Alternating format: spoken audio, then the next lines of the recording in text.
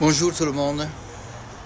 Pour le paracha de Vayakhel, alors on est encore toujours dans la clôture de l'œuvre du Mishkan, du tabernacle, mais le début de la paracha parle de Shabbat, pour avertir que malgré l'importance du Mishkan, la binyan du Mishkan, la construction n'est pas d'Oché Shabbat.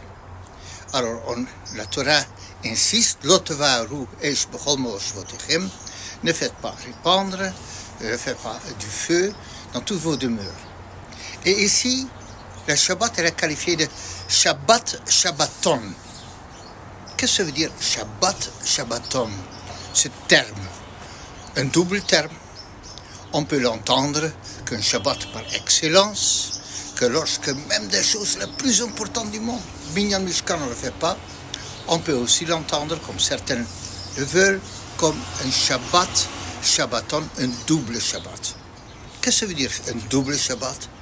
Que le mot Shabbat, c'est s'abstenir. Le Shabbat, c'est s'asseoir, installer que tout est fini.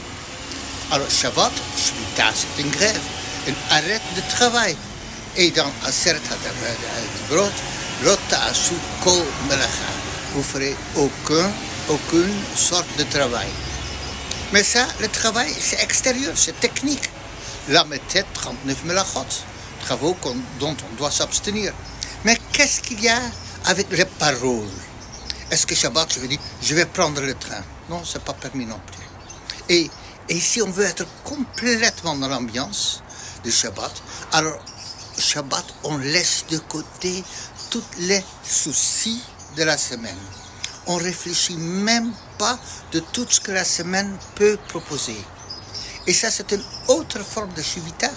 Ça, c'est une forme beaucoup plus profonde, beaucoup plus loin de arrêt. À certains Dibrot, on a parlé du Shabbat dans la dimension de Mlachot, des travaux. Alors maintenant, quand on est dans le Mikdash, on vient ajouter Shabbat, Shabbaton, cette deuxième sorte de choses dont on va s'abstenir le jour du Shabbat. Quand c'est Shabbat, tout est fini. Pas seulement dans mes actes, mais aussi dans ma tête, aussi dans mon cœur. Quand il y a Shabbat, je n'ai plus aucun souci et je ne parle plus de rien.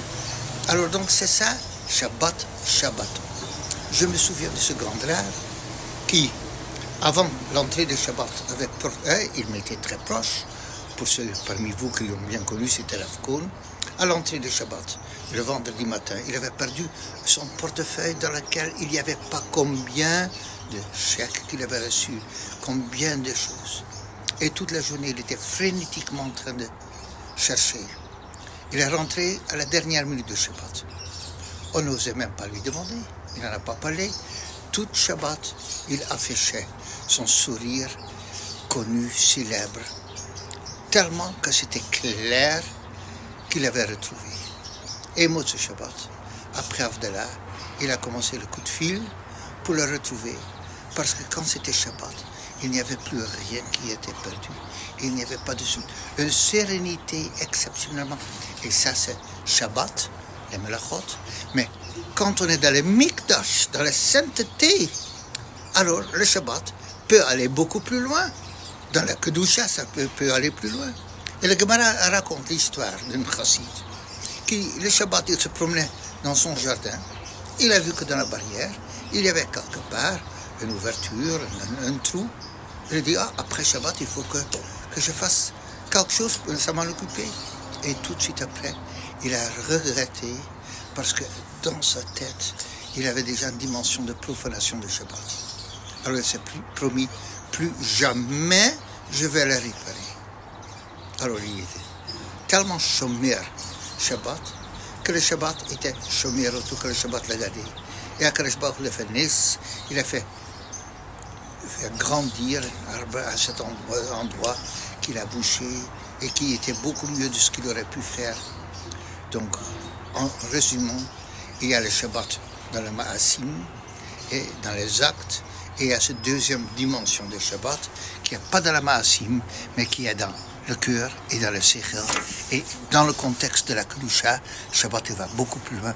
À tout le monde, Shabbat Shalom et à la prochaine fois.